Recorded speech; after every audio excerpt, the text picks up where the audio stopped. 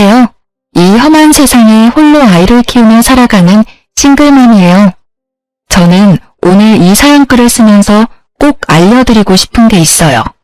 가족 계획은 최대한 철저하게 결혼 후에 하라는 거요. 저와 남편이 애가 생겨서 결혼하게 된 케이스거든요. 물론 애가 생겨서 결혼한 사람들이 모두 저처럼 망하지는 않겠지만 그래도 조심해서 나쁠 거 없잖아요. 잘못하면 정말 지옥 문 앞까지 갔다 올 수도 있거든요.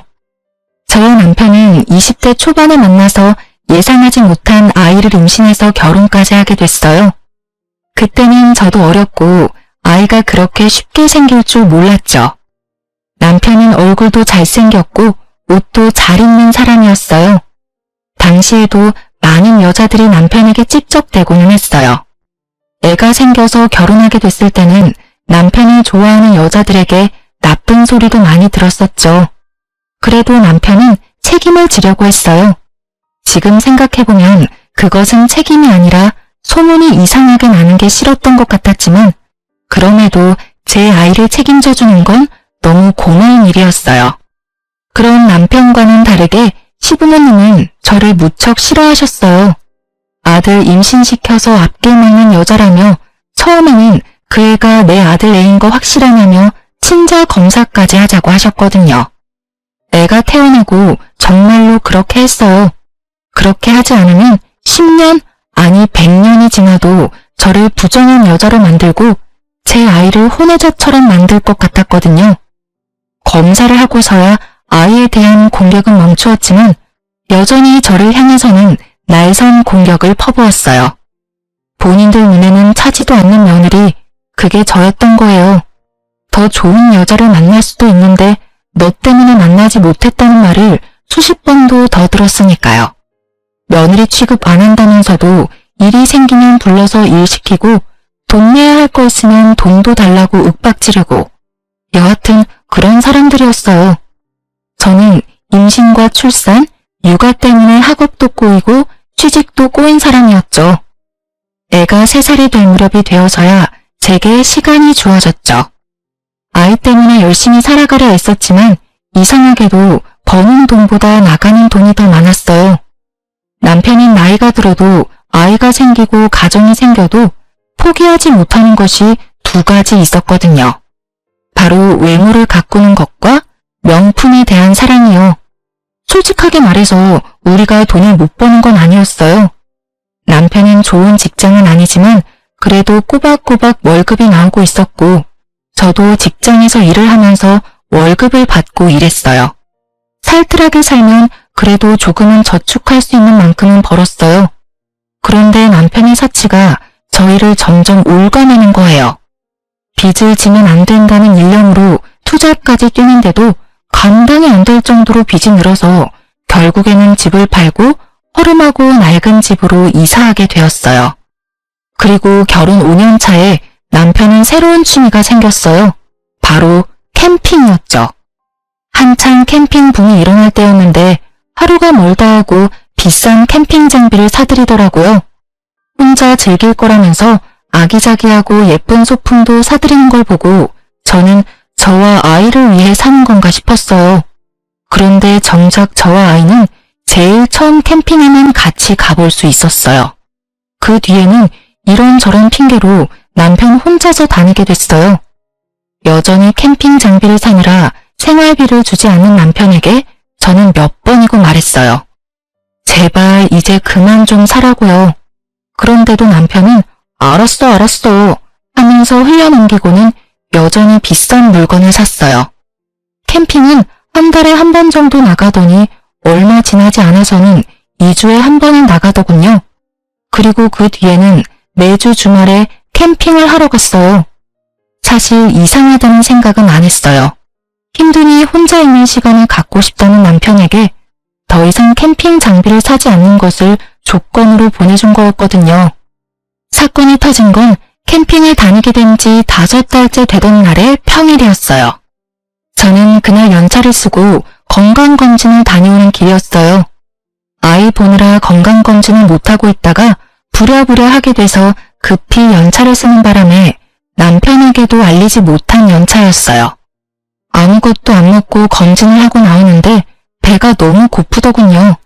시간을 보니 점심시간이 다 되어가고 있었고 남편 회사가 근처에 있었으니 오랜만에 남편과 밥이라도 같이 먹을까 싶어 남편에게 전화했어요. 그런데 전화를 받은 남편이 밥 먹을 시간 없다며 전화를 뚝 끊더군요. 바쁜가 보다 싶어서 남편 회사 앞에서 발길을 옮기는데 남편 회사 동료와 마주치게 됐어요. 그분도 밥 먹으러 나오는 길이었던 것 같더라고요. 제가 인사를 하니 그 사람도 인사를 해오며 이상하다는 듯 말하더군요. 여기는 어쩐 일이세요? 오늘 그 친구랑 같이 캠핑 가시기로 했다면서 여행 취소됐나요? 그 말에 너무 당황했어요. 저는 아무렇지도 않은 척을 필사적으로 하며 물었죠. 아, 남편이 캠핑 간다고 하던가요? 연차는 내일까지일까요? 아니요, 하루만 썼던데요. 평일날 그렇게 오래 못 간다고 가까운 데 간다더니 결국은 못 갔나 보네요. 그러게요. 이런 말도 있네요. 그런데 남편이 캠핑 가는 이야기 많이 하나 봐요. 네, 매번 와이프랑 갔다고 자랑해서 저희 와이프가 좀 보고 배우라면서 난리도 아니에요. 저는 그 이야기를 들으며 남편이 바람이 났다는 걸 직감했어요. 모를 수가 없죠. 저한테 말도 없이 연차 쓰고 캠핑을 갔고 집에서는 양복을 입고 나갔으니 저를 속일 의도였던 거잖아요. 저한테 숨길 게 없으면 캠핑 갔다 오겠다는 말을 하고 당당하게 나갔을 테니까요. 게다가 매번 와이프랑 갔다니 저희는 처음 한 번 빼고는 간 적이 없는데 말이죠. 결국 그날 저녁 남편이 오기를 기다렸어요. 남편은 주차장에 차를 대고 양복을 입은 채 나오더군요. 저는 남편 차량 앞으로 가서 트렁크부터 열었어요.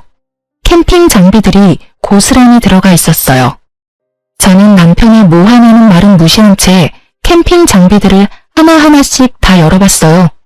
그리고 마침내 발견했죠. 여자들의 화장품 파우치를요. 5달 동안 몰래 만나다 보니 안 걸릴 거라 생각했는지 아니면 귀찮아서 그냥 가져갈 생각이 없었는지 그게 그 자리에 떡하니 있더군요. 제가 그걸 들며 남편에게 말했어요. 이거 뭐야? 어떤 년이랑 바람이 나서 평일에 연차까지 쓰고 만나. 남편이 잠시 당황하더니 눈알을 굴리더군요. 이번에 친구 부부가 왔었는데 친구 부부네 와이프가 쓰던 거야. 여기에 들어가 있을 줄 몰랐네. 거짓말 그만해. 친구 부부랑 캠핑을 갈 거면 캠핑 간다고 말하면 되지. 나한테는 일하러 가는 것처럼 양복 입고 가놓고 연차 쓰고 캠핑을 가? 그리고 돌아올 때도 봐. 당신 양복으로 갈아입고 나왔네? 나 속이려고 그런 거 모를 줄 알아? 내가 바보야? 등신이야? 언제부터 만났어? 어떤 년이냐고. 진정해. 여기서 이럴 때 아니라 들어가서 이야기하자. 여기서 끝내고 가. 집에 들어가서 애인은 앞에서 너희 아버지 바람났다 하고 이야기하면 애가 좋아서 박수치겠다. 그치? 애한테 무슨 상처 주려고 집안에서 이야기하지? 정신이 나갔지? 여자랑 바람나니까 애도 와이프도 눈에 뵈지도 않지?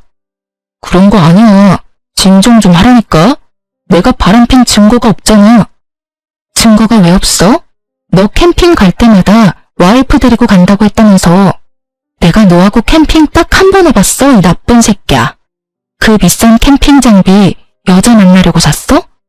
누구는 생활비 쪼들려서 투잡 뛰는데 누구는 생활비 아껴서 여자 만날 때 쓸 장비 사고 있고 내가 속이 터지겠어 안 터지겠어? 한바탕 속에 있는 말을 다 토해내고 나니 남편 놈은 얼굴을 고치고 당분간 따로 있자고 하더군요. 그러면서 자기는 시댁으로 가겠다고 하더라고요. 저는 지금 가면 용서 못한다고 말했어요. 그랬더니 마음대로 하라며 시댁으로 가버리더군요. 그런데 시댁에서 남편이 시댁으로 들어오니 놀란 것 같더라고요. 저한테 전화와서 하늘 같은 남편을 왜 쫓아냈냐고 난리를 피웠어요. 너 눈에 뵈는 게 없어? 누가 하늘 같은 남편을 시댁으로 쫓아내? 네가 이럴 자격이나 있니? 애 하나 가진 걸로 우리 집에 들어와 눌러붙은 너한테 우리 아들 함부로 대할 자격 없어. 어디서 저런 모자란 게 들어와서 아이고 내 팔자야. 저도 이번만은 참을 수 없었죠. 네, 그 하늘 같은 남편이 다른 년이랑 바람을 피우고 오늘 저한테 거짓말 하다가 들켰거든요. 평일날 일까지 쉬어가며 여자 만나다가 걸리더니 시간을 좀 갖자니 먼저 시댁으로 간 게 그 하늘 같은 남편이에요. 아무것도 모르시면서 왜 저한테 전화해서 이 난리예요? 이 집에는 바람 피워도 하늘 같은 남편이면 다 용서가 되나 보죠? 뭐? 야, 우리 아들 바람핀 증거가 어디 있어? 그리고 너 같은 년이 옆에 있으니까 우리 아들이 바람을 피울 만도 하지. 네가 뭐가 잘났어? 예쁘기를 해 돈이라도 잘 벌어. 집안도 별 볼 일 없고 눈치도 없는 게 어디서 큰 소리로 따박따박 말대꾸를 해? 네가 눈에 뵈는 게 없지? 결혼시켜주니 시댁이 우스워? 증거는 차고 넘쳐요. 캠핑 장비 안에 여자 물건이 가득하던데요. 어떤 년인지 잡히면 남편이랑 둘이 묶어서 불륜 남녀라고 온 마을에 소문내고 다니려고요. 제가 못생기고 돈도 없고 시댁도 별 볼 일 없고 눈치도 없어서 그런 식으로밖에 일처리를 못하거든요. 꽥 소리 지른 저는 전화를 바로 끊어버렸어요. 그리고 남편이 없는 틈을 타 집에 있던 캠핑 장비들을 모두 중고 사이트에 올려서 팔아버렸어요. 구매한 지 얼마 안 된 것들인데다가 남편 새끼랑 상간녀가 얼마나 곱게 사용했는지 좋은 가격에 팔아제껴서 그나마 마음이 편했죠. 그리고 그 물건들을 다 팔고 나니 남편이 집에 돌아왔어요. 그리고는 캠핑 장비 사라진 걸 보고 화를 내더군요. 여기 있던 장비 다 어쨌어? 팔았다. 왜? 너 여태껏 우리 집에 생활비 안 줬어. 다 팔아도 그 생활비 반도 안 나오더라. 당신이 안 준 생활비라고 생각하면 안 아까울 거야. 어차피 있으면 여자나 만나러 다닐 때 쓸 장비 뭐하러 집에다 놔둬? 그게 다 얼만데 그렇게 후려쳐서 받았어. 아무리 화가 나도 이건 아니지. 뭐가 아닌데? 아닌 건 네가 저지른 불륜이지. 앞으로 캠핑 장비 사들이기만 해봐. 네가 또 바람 피우는 거라 생각하고 내가 손수 오는 족족 다 분지르고 태워버릴 거니까. 알았어. 앞으로 안 사면 되잖아. 그리고 그 여자랑 다 정리했으니까 이제 그만해. 뭘 그만해? 지금 여기서 그만하자고 말할 수 있는 사람은 나야 당신이 아니라. 왜 네가 여기서 뭐가 되는 것처럼 구는데? 그냥 이참에 헤어질까? 나도 이렇게 구질구질하게 사는 거 질렸어. 나도 내 새끼랑 느긋하게 카페도 다니고 여행도 다니고 저녁에 같이 뒹굴면서 살고 싶어. 돈 없어서 매번 저녁마다 투잡들어 나가는 마누라 놔두고 개집질을 하는 남편을 보고 어떻게 열이 안 받고 화가 안 나? 너라면 화 안 나겠냐? 알았어. 내가 미안해. 사과할게. 더 이상 여자 안 만날 거고 오로지 우리 가정에 충실하고 딸하고 당신한테 잘할게. 그럼 됐지? 갑자기 이렇게 사과하고 다 끝내자고? 어이가 없어서. 당신은 뭐가 그렇게 당당해? 당신 미안하다 그러면 내가 아이고 그래요 괜찮아 하고 말할 줄 알았어? 사과는 내가 원할 때 받아줄 거야. 그 전까지는 나한테 사과하지 마. 저는 여전히 화가 풀리지 않았고 오히려 의심만 더 들었죠. 남편님이 왜 여자랑 이렇게 바로 헤어졌을까 싶었거든요. 이때는 그런 생각이었어요. 그 여자랑은 재미만 보고 싶었던 건가? 하고요. 남자들이 바람나면 마누라한테 다시 돌아오는 경우가 많으니 그런 거라고 생각하긴 했는데 너무 급작스럽게 3일 만에 모든 게 끝나 있었잖아요. 그럴 거면 남편이 그렇게 공들여 만났을까 싶기도 하고 그래서 나중에 뒤를 캐봤는데 정말로 만나는 사람이 없더라고요. 정말로 남편이 마음을 고쳐먹었다고 생각하기로 했어요. 그때부터는 저와 아이에게 눈에 띄게 잘해줬거든요. 아이가 좋아하니 저도 용서할 마음이 들었어요. 그런데 그것도 오래 가지는 않았어요. 여자 문제가 또 터졌거든요. 첫 외도 문제로부터 1년이 지났을 때 남편의 태도가 점점 바뀌고 있었어요. 쎄하다는 느낌 아시죠? 뭔가 눈에 띄게 변한 건 아닌데 가끔씩 저와 아이를 방치하는 느낌이 들거나 냉정하게 끊어내는 느낌이 들었어요. 처음에는 그냥 직장에서 기분 나쁜 일이 있었나 보다 싶었는데 그게 아니더라고요. 점점 더 그게 심해지면서 이혼 직전에는 완전 남처럼 대했거든요. 무슨 일인지 물어보려고 운이라도 떼면 말도 섞고 싶지 않다는 표정으로 밖으로 나가버리니 대화를 할 수도 없었어요. 그리고 그 뒤로 몇 번의 대화를 시도한 끝에서야 남편이 왜 그러는지 알게 됐어요. 요새 왜 이렇게 날카롭게 굴어? 내가 뭐라도 알아야 신경을 쓰지. 애한테도 그렇게 차갑게 대하고. 대체 무슨 일인데? 나한테 화난 거라도 있어? 이제 그만하자. 나 당신이랑 계속 만나고 싶은 마음 없어. 사랑하는 사람이 생겼거든. 이제부터는 그 사람한테만 집중하고 싶어. 뭐? 사랑? 당신 미쳤어? 당신 유부남이야. 애 딸린 유부남. 그런데 무슨 사랑이야? 그거 사랑 아니고 불륜이거든? 와, 대단하다, 대단해. 결국은 바람을 또 피우네? 바람 피우는 거 아니고 사랑. 나 당신이랑 이혼할 거야. 법대로 하자면 법대로 해. 나는 그 여자랑 결혼까지 할 거라서 솔직하게 말하면 한시라도 빨리 이혼하고 싶거든. 정말 네가 미쳤구나? 뭐? 결혼? 지금 결혼 상태인 네가 결혼? 내가 쉽게 이혼해줄 것 같아? 어떤 년인데? 내가 얼굴이나 한번 보자. 도대체 어떤 년이길래 남의 남자를 꼬셔서 이혼까지 하도록 만들어? 남편이 저를 아래 위로 훑어보더니 짧게 한숨을 쉬며 저한테 소리 지르더군요. 그 꼴로 누구를 만나? 당신 거울 좀 보고 살아. 내 옆에 있을 때마다 내가 얼마나 부끄러운지 알기는 해? 얼굴이 못생겼으면 꾸미고 다니기라도 해야지. 완전 아줌마 꼴에 옷은 다 늘어져서. 내가 여태껏 참고 산 것만도 대단하다는 생각 안 들어? 당신이 뭘 참고 살았는데? 나쁜 새끼야. 나도 너처럼 생활비 안 쓰고 화장품에 옷에 미용을 썼으면 이렇게 망가지지는 않았어. 내가 살림하느라 고생할 때 옆에서 얼굴 두드리며 치장만 열심히 하던 주제에 뭐? 참고 살았다고? 마누라가 돈 벌어서 인간답게 살 수 있게라도 해줬으면 고마워해야 하는 게 당연한 거 아니야? 가만 보니 진짜 쓰레기 아니야. 그래, 쓰레기 할게. 그러니까 이혼해줘. 최대한 빨리. 남편은 저와 부딪히는 걸 피하며 무조건 이혼하자고 달려들더군요. 그 길로 나가서 들어오지 않았어요. 아마 시댁에 들어가서 살던지 상간녀 집에서 같이 살던지 하겠죠. 분노로 정신이 나갈 것 같은 저는 일주일 연차를 신청했어요. 그리고 그 일주일 동안 남편 뒤를 졸졸 따라다녔어요. 이틀째가 돼서야 저는 상간녀를 보게 됐어요.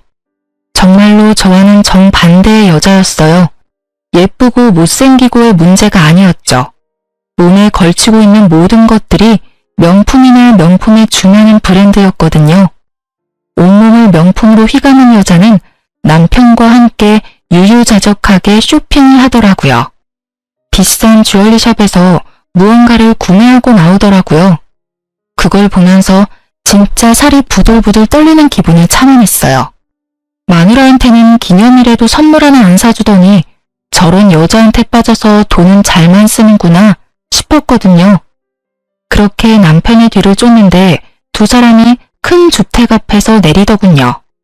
그리고는 한 차례 안아주더니 남편은 자기 차를 끌고 떠났고 상간녀는 그 주택으로 들어가는 것처럼 보이더니 그 현관 앞에서 잠시 서 있다가 남편이 내려간 길 반대편으로 내려가더군요. 이상하다는 생각에 상간녀의 뒤를 쫓았는데 생각지도 못하는 곳으로 향하더라고요. 저는 그걸 보고 아주 좋은 생각이 떠올랐어요. 바로 남편에게 빅엿을 먹일 생각이요.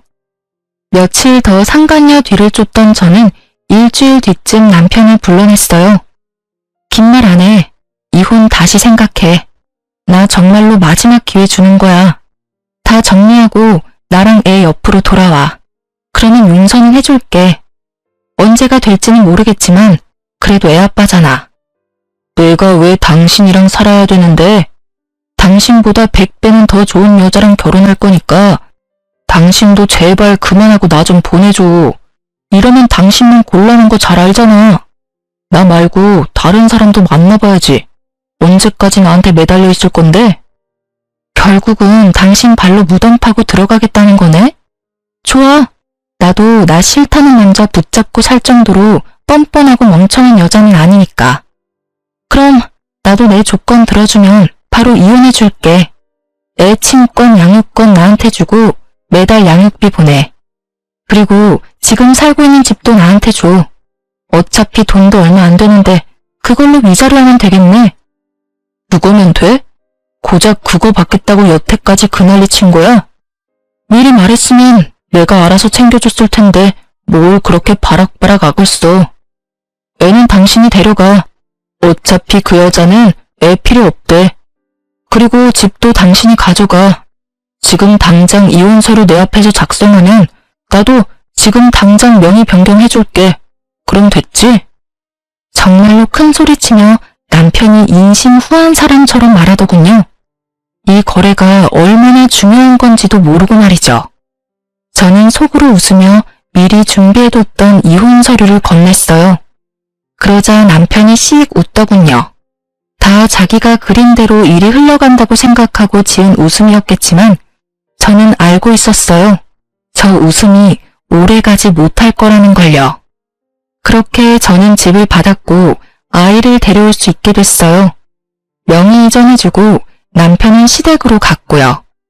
제가 남편에게 기분이 안 좋으니 이혼 결정될 때까지 떨어져 지내자고 했고 남편이 흔쾌히 나가준 거였죠. 그렇게 남편이 시댁에 돌아간 지 며칠 만에 시댁에서 전화가 왔어요. 잠깐 시댁에 오라고 하더군요.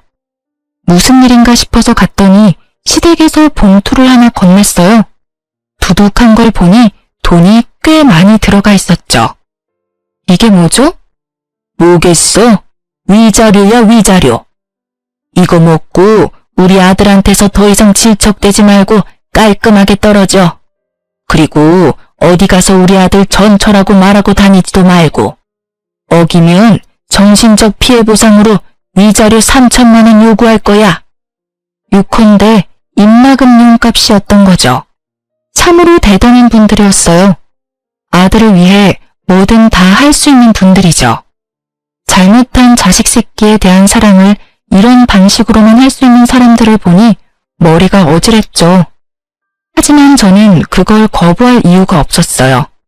제가 그걸 집어들자 시모가 종이를 한 장 들이밀더군요. 각서다. 우리 아들 봐도 아는 척 하지 말고 애가 우리 아들 애라고 찾아오지도 말고 어디 가서 우리 아들 전처라고 말하지 말라는 내용이야. 알아들었으면 각서에 지장 찍어. 저는 그것을 읽고는 한마디를 꺼냈어요. 죄송한데 여기 몇 가지 더 추가해도 될까요? 내용 듣고 결정하나. 이혼하고 나면 번복은 할 수 없다. 이 항목이랑 양육비는 꼭 줘야 한다. 아이에게 접근하지 않는다. 이 세 가지도 넣어주세요. 뭐든 꼼꼼하게 하는 편이 좋은 법이죠. 어차피 애는 필요 없다면서요. 그러면 이렇게 써야 하고 양육비는 이혼해서 제가 친권과 양육권을 가져간 이상 지불해야 하는 거니까 어쩔 수 없어요. 안 줄 때를 저도 대비해야 하니까요. 시모가 잠시 생각하더니 별로 해가 될 게 없는 내용이다 싶었는지 알겠다며 도장을 찍더군요. 그걸 보고 저도 지장을 찍었어요. 이제야 속이 시원하네. 여태껏 며느리라고 하나 있는 게 아주 모자라서 속을 썩이더니 마지막에는 그래도 기분 좋은 일 하나 해줬구나. 너는 우리 집이랑 안 맞았던 거야. 너한테 잘 맞는 남자가 어디 있을지도 모르니 잘 살펴보며 지내라. 하긴 우리 아들보다 더 대단한 남자는 못 만나겠지만 말이다. 네가 무슨 수로 우리 아들 같은 남자를 만나겠니? 그러게요. 저도 속이 다 시원하네요. 어디서 복덩이 같은 여자가 굴러와서 여자나 밝히는 새끼 뒤치다거리 해준다고 하더니 2천만 원은 제가 여태껏 이 집에서 받은 정신적 피해에 대한 보상이라고 생각할게요. 그러니까 저도 고맙다는 말은 안 할 거고 어르신들도 생색내지 마세요. 그 돈만큼 사람 괴롭힌 거는 맞는 말이잖아요. 저도 이제야 이 집안에서 벗어날 수 있어서 정말 다행이라고 생각해요. 앞으로 여자가 얼마나 대단하고 좋은 며느리일지는 모르겠지만 두 분 마음에 아주 쏙 들기를 바랄게요. 저 같은 여자보다는 명품으로 온 몸을 휘감고 다니는 여자가 이 집 사람들하고 딱 맞는 것처럼 보이니까요. 제 말에 시부모님 얼굴이 빨갛게 달아올라 터지기 일보 직전이었어요. 새파랗게 어린 여자한테 모욕적인 언사를 들으니 화가 났던 거겠지만 저야말로 이 모욕을 던질 수 있는 유일한 사람이기도 했죠. 그간 얻어먹은 욕이 얼만데 2천만 원으로 퉁을 치려 하다니 완전 도둑놈 신보잖아요. 어쨌든 두 사람에게 한바탕 쏘아주고 밖으로 나오면서 제가 남편에게 말했죠. 각서에 나온 대로 잘 지켜달라고요. 그랬더니 남편님은 걱정하지 말라며 너나 잘 지키라고 하고 각자 헤어졌어요. 그리고 저는 이혼이 될 때까지 정말 조심스럽게 기다렸어요. 두 사람이 깨지면 제 계획도 깨지니까요. 상간녀와 남편님이 깨쏟으며 알콩달콩 미래 이야기를 하고 있어야 제가 줄 비곁이 두 사람에게 큰 타격을 줄 거거든요. 그리고 법적으로 모든 게 정리되자마자 남편부터 불러냈어요. 커피숍에 들어서는데 남편이 앉아있는 게 보이더군요. 제가 다가가자 남편놈이 살짝 놀란 얼굴로 쳐다봤어요. 남편놈이 마음고생을 시키지 않으니 저절로 시간이 넉넉해져서 잠도 잘 자고 꾸밀 시간도 돈도 생겼거든요. 그래서 열심히 찍어바르고 미용하고 예쁜 옷 사입었더니 저도 아줌마 때는 좀 벗겨진 모양이었죠. 많이 바뀌었네. 그거 보여주려고 나오라고 한 거야? 당신이 아무리 찍어바르고 꾸며도 나는 당신한테 안 돌아가. 뭐래? 정신 나갔어? 당신이랑 나랑은 남보다 못한 사이야. 너 좋으라고 꾸민 거 아니거든? 착각도 적당껏 좀 해. 그럼 왜 보자고 했는데? 각서에 나한테 연락하지 말라고 적혀 있었잖아. 급한 일 아니면 간다? 급한 일이기는 해. 하긴 나보다는 당신한테 급한 일이긴 한데 필요 없으면 그냥 갈게. 나도 필요 없다는 사람한테 굳이 이야기하고 싶지도 않고. 제가 일어서는 신용을 하자 전 남편이 저를 급히 잡더군요. 무슨 일인데 그런 말을 해? 말해봐. 급한 일이란 게 뭔데? 내가 이런 말하면 또 당신한테 미련 못 버리고 질투하는 것처럼 보일까봐 여태까지 말 안 하고 있었거든. 근데 우리 이제는 진짜 남이고 나도 당신한테 아무런 미련도 없어. 솔직히 이런 이야기 한다고 나한테 득될 것도 실될 것도 없는데 그래도 당신이 내 아이 아빠라서 도와주려는 거야. 무슨 말을 하려고 이렇게 서론이 길어? 나 당신이 이혼해달라고 했을 때 당신이랑 그냥 미행한 적 있었거든? 근데 엄청 큰 주택에서 당신이 내려주고 항상 당신이 먼저 자리 떴지? 근데 그녀는 당신이 가고서도 그 문 앞에서 10분을 서 있더라고. 그리고 집에 왜 안 들어가나 싶었는데 거기서 나와서 다른 곳으로 향하던데? 그 주택가에서 좀 많이 떨어진 원룸촌으로 들어가는 걸 봤어. 약속이 있었나 싶었는데 그 뒤에도 쭉 그 여자는 그 주택에서 내려줘도 매번 똑같은 원룸 빌라로 가더라고. 출퇴근도 거기서 하던데? 혹시 다른 남자라도 있는 거 아냐? 잘 알아보고 결혼한 거 맞지? 제 말을 듣는 동안 전 남편 얼굴이 시시각각 변하더군요. 이게 끝이야. 뭐 두 사람 간의 신뢰가 있으면 큰 문제 없는 일이지. 내 이야기는 끝났으니까 이제 정말 끝이네. 갈게. 그렇게 말하고 자리에서 일어섰는데 전 남편이 초조한 얼굴로 제게 그러더군요. 혹시 그 건물이 어딘지 기억해? 같이 좀 가줬으면 하는데. 저는 알겠다고 흔쾌히 말하고 전 남편을 데리고 상간녀가 드나들던 원룸으로 향했죠. 그곳에 도착했을 때 전 남편의 얼굴은 완전히 똥 씹은 표정이었어요. 전 남편은 원룸으로 들어가지 못하고 그 근처에서 지켜보고만 있었어요. 저는 놔두고 가려다가 곧 있을 즐거운 만남을 위해 가지 않고 같이 기다리고 있었죠. 그리고 상간녀가 나타났어요. 여전히 온몸에 명품을 휘두르고요.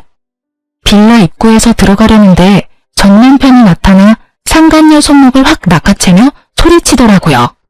너 뭐야? 여태까지 부잣집 딸인 것처럼 나 속인 거야? 네가 왜 여기서?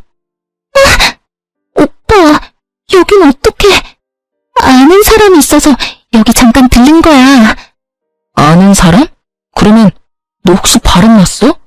다른 남자 만난다고 이 원룸에 드나드는 거야? 전 남편의 그 말에 상간녀가 아무 대답도 못하고 버벅거리며 전 남편 눈치만 보더군요.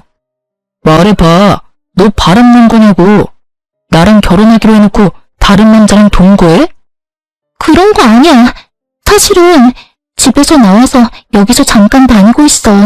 직장이 여기랑 가까워서 다른 곳 구할 때까지는. 거짓말할 생각 말고 똑바로 말해. 너 부잣집 딸 아니지? 상간녀는 전 남편 말에 대답도 못하더군요. 남편이 그걸 보고 얼굴을 일그러뜨리더군요. 어쩐지 이상하다 했어. 그렇게 돈이 많은 년이 왜 나한테 결혼 준비 다 맡기는지 이해가 안 갔는데 돈도 없는 년이었네. 우와, 진짜 어이가 없어서. 너 도대체 뭐 믿고 나한테 거짓말한 거야? 말 좀 해봐. 그게... 지금 걸치고 있는 것도 다 짝퉁이야? 너 설마 나하고 결혼하려고 그런 거 모으고 다닌 거였어? 그럼 너 직장도 거짓말했어. 너 대기업 다닌다며. 미안. 오빠, 나도 일이 이렇게 될 줄은 몰랐어. 이걸 보니 제 짐작이 맞았더라고요. 전 남편은 상간녀가 돈 많은 여자라고 생각했나 보더라고요. 그래서 돈 많은 여자와 결혼하기 위해 저랑 이혼하자고 당당하게 말했던 거고요. 그리고 그럴 거라고 생각하고 저한테 그 다 허물어져가는 집 명의에 애 친권, 양육권까지 싸그리 다 줘버린 거예요. 자기 무덤 파는 줄 모르고 말이죠. 삽질도 그런 삽질이 없었죠. 제가 이걸 언제 깨달았냐면 첫 번째 외도 때 남편이 금방 상간녀와 헤어졌다고 했잖아요. 그때 남편이 왜 이렇게 쉽게 끊었나 생각했는데 알고 보니 첫 번째 외도 상대가 그리 잘 사는 집이 아니었던 것 같더라고요. 간 보다가 아닌 것 같으니 헤어지자고 하고 저한테 다시 돌아온 거였죠. 제가 좋아서가 아니라 제가 벌어다 줄 돈으로 열심히 꾸미고 치장하려고요. 완전 나쁜 놈의 새끼가 따로 없어요. 마누라를 뭐라고 생각하는 건지. 두 번째 외도에서는 온몸을 명품으로 휘감은 여자를 만나서 옳다구나 싶어서 뺏기지 않으려고 열심히 작업하고 저한테 이혼 선언까지 한 거죠. 그것마저 잘못 생각한 거지만요. 그 명품들이 짝퉁일 거라고는 생각도 못했나 보죠. 하긴 마누라 돈으로 불륜하는 것부터가 참 바보 같은 놈이 하는 짓이긴 하잖아요. 제대로 알아보지도 않은 건 본인이면서 상간녀에게 네가 속였다며 난리 피우고 이 남자는 불륜도 사랑이 아닌 계산적으로 하는 천하의 나쁜 놈인 거죠. 하긴 불륜을 사랑으로 해도 문제가 있지만 그마저도 계산이었으면 소시오패스 아닌가요? 전 남편의 계속되는 추궁에 상간녀가 먼저 고개를 숙이더군요. 오빠, 나 사랑하는 거 아니었어? 내가 좋다며. 구질구질하고 다 늙은 아줌마 같은 마누라가 싫다며.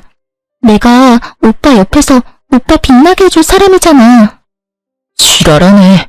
야, 돈도 없는 년한테 내가 무슨 관심을 가져.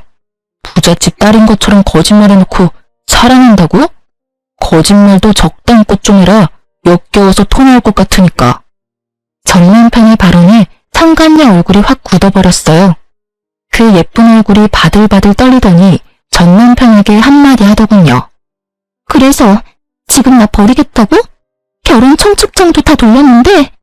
그래, 너 나 속이고도 결혼할 수 있을 줄 알았어? 꿈 깨라. 어디서 쥐뿔도 없는 년이. 야, 내가 쓴 돈 다 내놔. 결혼식 취소 비용 다 내놓으라고. 오빠 돈 많다며? 그 정도도 처리 못해줘?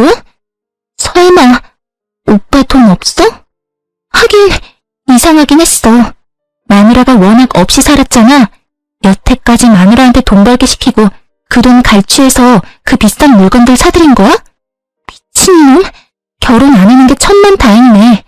너 같은 놈한테 잘못 걸렸으면 당신 전처처럼 이혼할 때까지 돈 갖다 바치느라 일하다 늙어 죽었을 테니까. 결국은 전 남편도 상간녀와 똑같았던 거죠. 두 사람 다 돈이 많은 척을 했고 두 사람 다 돈이 많은 사람을 찾은 거예요. 기생충처럼 빌붙어서 살고 싶어서. 뭐라고? 너 말 다 했어? 다 했다. 왜? 어쩔 건데? 어차피 다 들통나고 파혼까지 당한 마당에 내가 못할 건 뭐 있는데?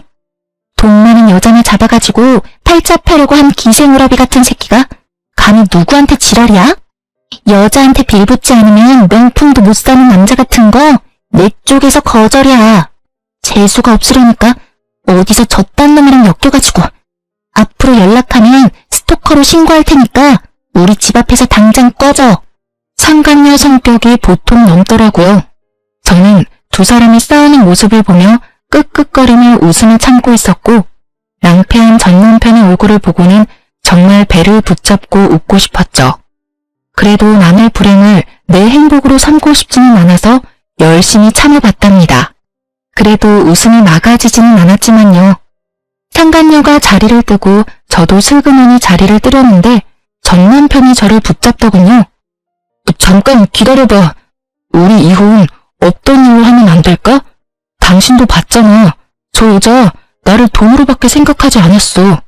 게다가 아무것도 가진 것도 없으면서 사치는 엄청 해대는 여자고. 난 그냥 저 여자한테 당한 불쌍한 남자야. 당신이 그렇게 말하니까 소름 돋는다. 당신이 저 여자한테 하는 모든 말들이 당신한테 해당되는 일인 건 알고 있어? 당신도 나를 돈으로만 생각했잖아. 그리고 가진 것도 없으면서 사치만 해대고 있고. 그 여자한테 당한 게 아니라 그 여자 이용하려다가 역으로 당한 거겠지. 말하면서도 자괴감 같은 건 안 드나 봐? 엄청 뻔뻔하네. 당신이 그렇게 생각했다면 내가 정말 사과하고 앞으로는 절대 그렇게 살지 않을게.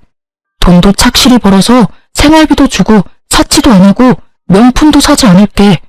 그러면 다시 받아줄 수 있는 거 아니야? 애도 아직 어리고 이혼은 아이 정서에도 좋지 않기도 하고. 아이 정서를 생각하는 놈이 애는 필요 없으니까 나한테 알아서 하라고 했어? 정신 나간 놈 아니야? 당신이 하는 모든 말들이 거짓말로 들려서 결혼은 다시 못해줘. 그리고 이럴 줄 알았던 저는 가방에서 각서를 꺼내 전 남편 앞에 들이밀었어요. 각서. 지장 찍고 도장 찍은 거 맞지? 이혼 번복 안 된다고 미리 이야기했어. 약속은 잘 지키면 좋겠네. 애 핑계 대고 재결합 같은 거 꿈도 꾸지 마. 너 같은 놈이 아빠라는 것보다 애 정서에 안 좋은 일은 없어. 아무리 나쁜 놈이라도 아빠만 있으면 된다고 생각하는 거야? 나쁜 영향 끼칠 것 같으면 미리 손절하는 게 애 미래를 위한 일이라고 나는 생각하거든. 칼같이 끊는 제 말에 전 남편이 그 앞에서 황급히 무릎을 꿇더군요. 여보, 제발. 아니면 집만이라도 둘이서 나누면 안 될까? 아니면 부모님이 주신 돈이라도 돌려주면. 그건 이미 다 끝난 일이고 내 입단속 시키면서 젊고 돈 많은 여자랑 미래를 꿈꿀 때는 넙죽넙죽 잘만 주더니 결혼 하나 못하게 됐다고 줬던 걸 뺐니? 욕심도 많아. 당신이 준 집은 다른 사람한테 팔았으니까 더 이상 손 못 대. 그리고 양육비 안 주면 월급에서 빼갈 수 있도록 법적 조치 들어갈 거니까 알아서 하고. 전 남편이 뿌리치고 나가는데 뒤에서 소리치는 목소리가 들리더군요. 용서해달라는데 자기가 뭘 잘못했는지도 모르는 놈이 무슨 용서를 빌어요? 다 거짓부렁인 거 티가 나는데 말이죠. 용서? 돈 많은 여자 잡아서 호강할 줄 알고 다 쓰러져가는 집 선심 쓰듯이 던져줄 때는 미안하다는 생각은 하나도 없었으면서 시댁에서 한술 더 떠서 돈으로 깔끔하게 저와 아이라는 존재를 털어내려 할 때도 미안한 마음 눈꼽만큼도 없었던 놈이 말은 어찌나 청산유수인지.